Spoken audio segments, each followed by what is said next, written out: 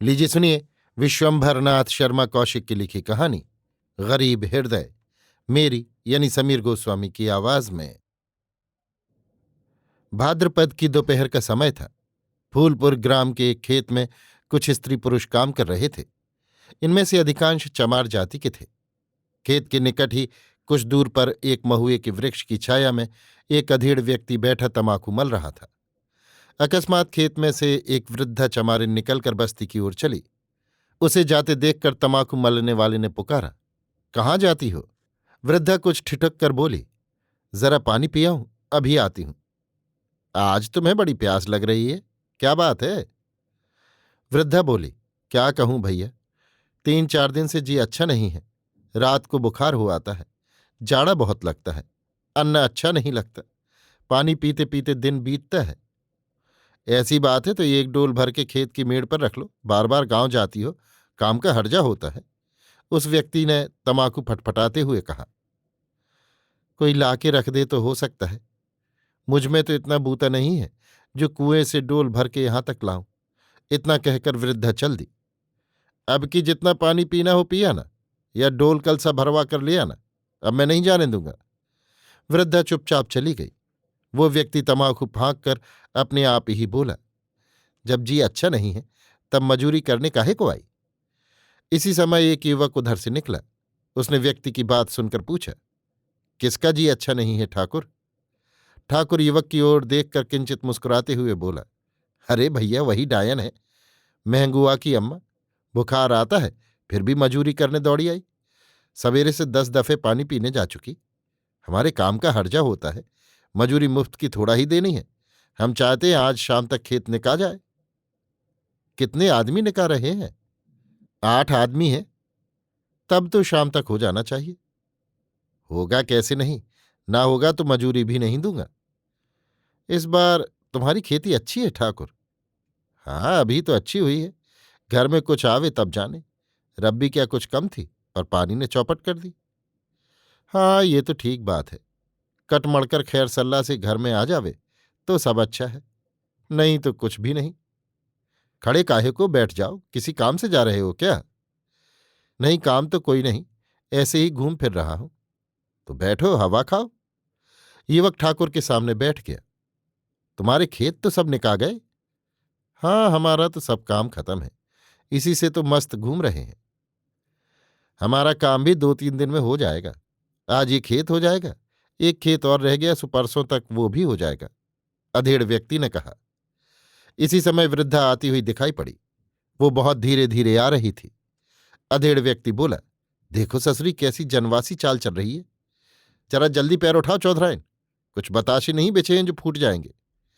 पिछला वाक्य ठाकुर ने चिल्लाकर चौधराइन से कहा, बीमार तो मालूम होती है। होगी ससुरी बीमार, हम तो पूरा काम लेंगे तब मजूरी देंगे। बीमार थी तो मजूरी करने क्यों आई? मजूरी न करे तो खाए क्या? घर की अकेली ठहरी, दूसरा कोई कमाने धमाने वाला नहीं है। भैया की बात है, इसके पास रकम है, पर कंजूस इतनी है कि बैठकर नहीं खा सकती। रकम तो क्या होगी, तुम मानते नहीं?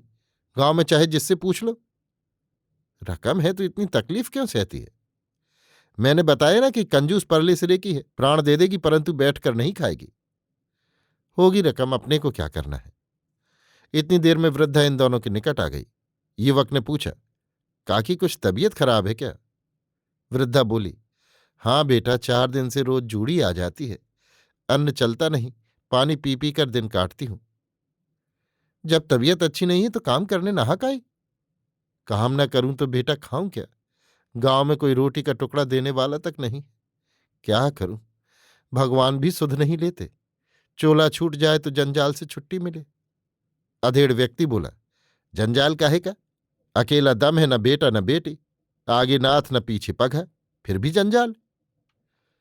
बुढ़ापे में जब हाथ पैर नहीं चलते और कोई रोटी देने वाला नहीं होता तो अपना चोला ही जंजाल हो जाता है भैया।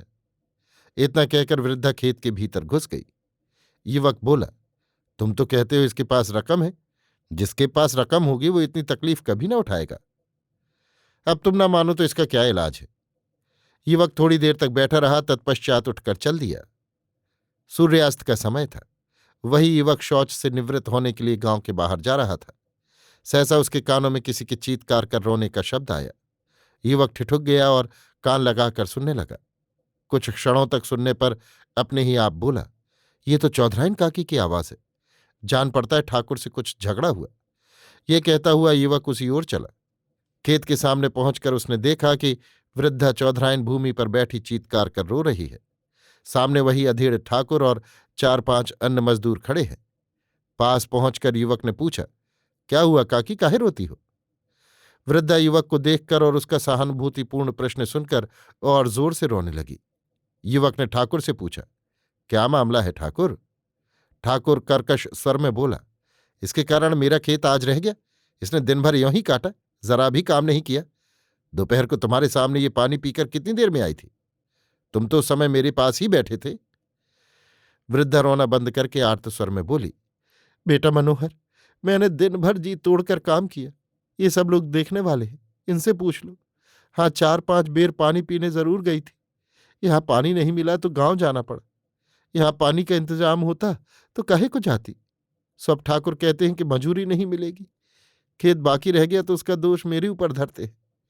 खेत नहीं हुआ तो मैं क्या करूं? कुछ मैं अकेली तो थी नहीं, और सब लोग भी तो थे।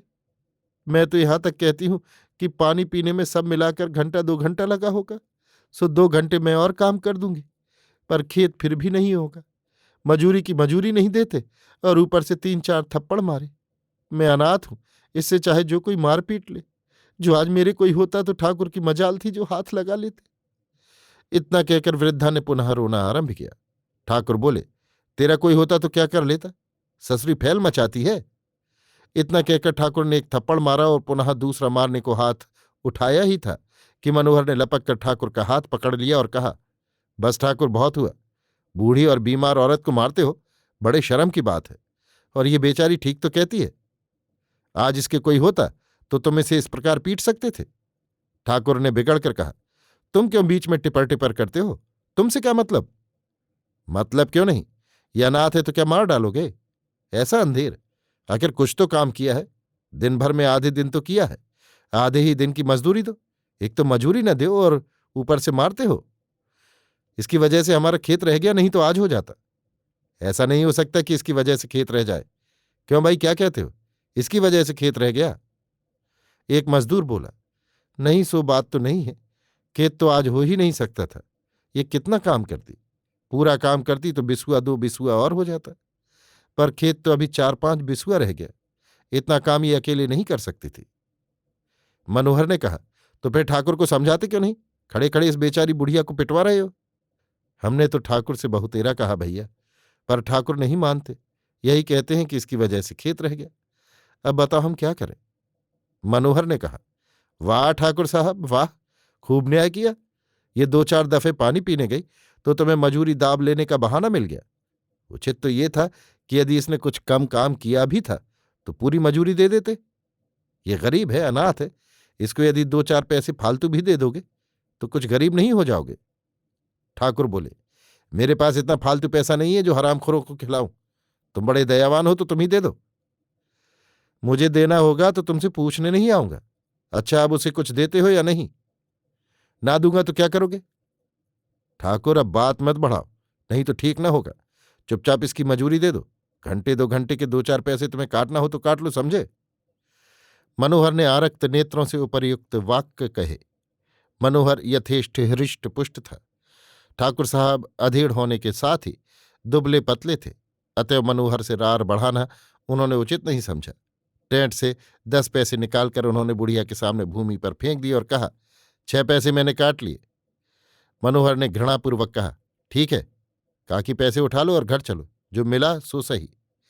बुढ़िया पैसे उठाकर चली, साथ साथ मनोहर भी चला। बुढ़िया बोली, बेटा ये पैसे तुम्हारी बदौलत मिले, नहीं ठाकुर एक पैसा भी न देते। भगवान तुम्हें दूध पूत से सुखी करे। मनोहर बोला, काकी, अब जब तक जी अच्छा न हो कहीं काम पर न जाना। रोटी की चिंता मत करना, मैं अपने घर से रोज भिजवा दिया करूंगा। वृद्धा ने आवाक होकर कृतज्ञतापूर्ण छलछलाते हुए नेत्रों से मनोहर को देखा। मनोहर बोला, घर पहुंचाऊं? नहीं बेटा, चली जाऊंगी। बड़ी दया की बेटा। गांव में तो कोई बात पूछने वाला भी नहीं है। वृद्धा आशीर्वादों की झड़ी लगाती हुई गांव की ओर चली और मनोहर गांव के बाहर की ओर। मनोहर के विवाह के दिन निकट थे। विवाह की तैयारियां हो रही थीं। वृद्धा चमारिन उस दिन से इतनी बीमार हो गई कि फिर उठ न सकी। मनोहर उसकी खोज खबर लेता रहता था। एक दिन संध्या समय एक चमार मनोहर को बुलाने आया। बोला, चौधराइन ने आपको बुलाया है। मनोहर ने पूछा, क्या हाल है? हाल तो खराब है भैया, अब अधिक नहीं चलेगी। हमें तो ऐसा मालूम होता है कि आज की रात पार होना ही कठिन है, आगे राम जाने। अच्छा चलो मैं आता हूं। थोड़ी देर में मनोहर चौधराइन के पास पहुंचा। चौधराइन एक कोठरी में भूमि पर कथरी गुदड़ी बिछाए पड़ी थी। सिराय ने पानी भरा हुआ एक मैला सा घड़ा रखा था। एक कोने में चूल्हे के पास 4-5 लोहे और पीतल के बर्तन रखे थे। चौधराइन बहुत दुर्बल और अशक्त हो गई थी। मनोहर ने उसके पास खड़े होकर पुकारा, काकी। बुढ़िया ने आंख खोली। आंखें फट गई थीं। मनोहर को देखकर उसने क्षीण स्वर में कहा, बेटा मनोहर। मनोहर बोला, हाँ काकी मैं हूं। कैसा जी है? अब तो बेटा चल चला है। अच्छा है, भगवान ने सुध ले ली। इस अंत समय में तुमने बड़ा साथ दिया बेटा, नहीं तो भूखी प्यासी तड़प तड़प कर मर जाती। मनोहर के नेत्रों में पानी भर आया। बुढ़िया दम लेकर पुनः बोली, सुना है तुम्हारा ब्याह होने वाला है? हाँ काकी, होने वाला तो है। बस यही एक साध रह गई। तुम्हारी बहू का मुंह देखकर मरती तो अच्छा था, पर भगवान की मर्जी नहीं। बुढ़िया पुनः कुछ क्षणों तक दम लेकर बोली, जहां इतना किया बेटा वहां थोड़ा सा काम और कर देना। बोलो। बुढ़िया ने अपना सिरहाना टटोल कर एक पोटली निकाली और मनोहर की ओर बढ़ाई। मनोहर ने पोटली लेकर कहा, इसमें क्या है? खोल कर देखो। मनोहर ने पोटली खोली। उसमें 15 रुपये नकद तथा पैर के चांदी के कड़े का एक टुकड़ा था। मनोहर ने पूछा, इसे क्या करूं?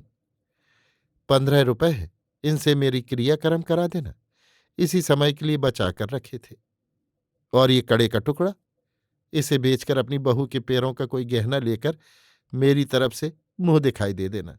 साध तो यही थी कि मैं अपने हाथों देती, पर जैसी भगवान की इच्छा। इसकी क्या जरूरत है काकी? मैं ये सब तुम्हारे ही काम में लगा दूंगा। ऐसा न करना बेटा, नहीं मेरी आत्मा दुखी होगी। ये मैं जानती हूं बेटा कि भगवान का दिया तुम्हारे पास सब कुछ है। मैं तुम्हें क्या दे सकती हूं? मैं खुद तुम्हारे टुकड़े खा रही हूं। पर बेटा भगवान ने भी सुदामा के तंदूर ले लिए थे। मेरे लिए तुम भी भगवान का रूप हो। जिसके मन में दया धर्म है वो भगवान का ही रूप है। सो बेटा, सुदामा के तंदूल समझकर इसे ले लो और बहू के पैरों का गहना लेकर मेरी तरफ से दे देना। बेटा, मैं नीच हूं, तुम्हारी जूती हूं, इससे तुम्हें मेरी बात अच्छी न लगती होगी, ये मैं जानती हूं। पर बेटा क्या कहूं, ये मेरी साध है। साध पूरी हो जाएगी तो आत्मा सुखी होगी। इतना कहते कहते बुढ़िया की दम उखड़ गई और वो हाँफने लगी। मनोहर ने अश्रुपूरित नेत्रों से गदगद स्वर में कहा, अच्छा काकी, जैसी तुम्हारी इच्छा, जैसा तुम कहती हो वैसा ही करूंगा। भगवान तुम्हें दूध पूत से सुखी रखे। अब मैं सुख से मरूंगी। कोठरी के बाहर आकर मनोहर ने उस चमार से, जो उसे बुलाने गया था, कहा, देखो आज रात में इसके पास रहना, हटना नहीं। आज रात पार होना कठिन है। उसी रात में चौधराइन का देहांत हो गया। विवाह के कुछ दिनों उपरांत मनोहर अपनी पत्नी तथा चचा जात भाई के साथ एक पर्व पर शहर में गंगा स्नान करने गया और उस कड़े के टुकड़े के बदले में उसने अपनी पत्नी के लिए पाजेब खरीद ली। अभी आप सुन रहे थे विश्वंभर नाथ शर्मा कौशिक की लिखी कहानी गरीब हृदय, मेरी यानी समीर गोस्वामी की आवाज में।